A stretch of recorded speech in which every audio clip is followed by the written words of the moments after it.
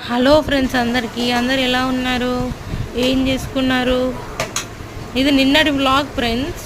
నిన్న నైట్ మా ఇంట్లో తోటకూర టమాటా కర్రీ చేసిన, ఇంకా రైస్ వండిన. చాలా టేస్ట్ ఉంది ఫ్రెండ్స్ తోటకూర టమాటా.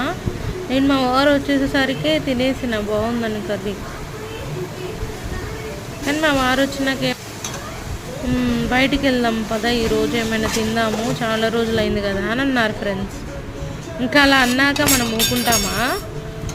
అందుకే ఎమ్మటే 2 మినిట్స్లో రెడీ అయిపోయి వెళ్ళినాము బావర్చికి. వెళ్ళి ఇంకా ఏం చేసినాము, అప్పటికి 11 అయింది.